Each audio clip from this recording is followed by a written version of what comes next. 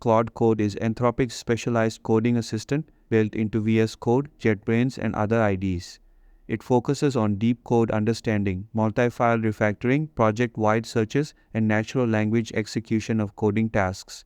It's designed for developers who want AI embedded directly into their existing tools for maximum productivity without changing their workflow. Claude Desktop Agentic Terminal is a more experimental, automation-oriented interface.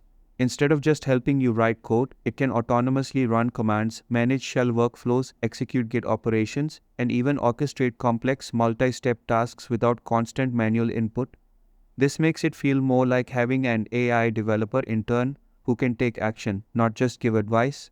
GUI power refers to Claude's ability to interact with graphical applications and file systems directly through its desktop integration.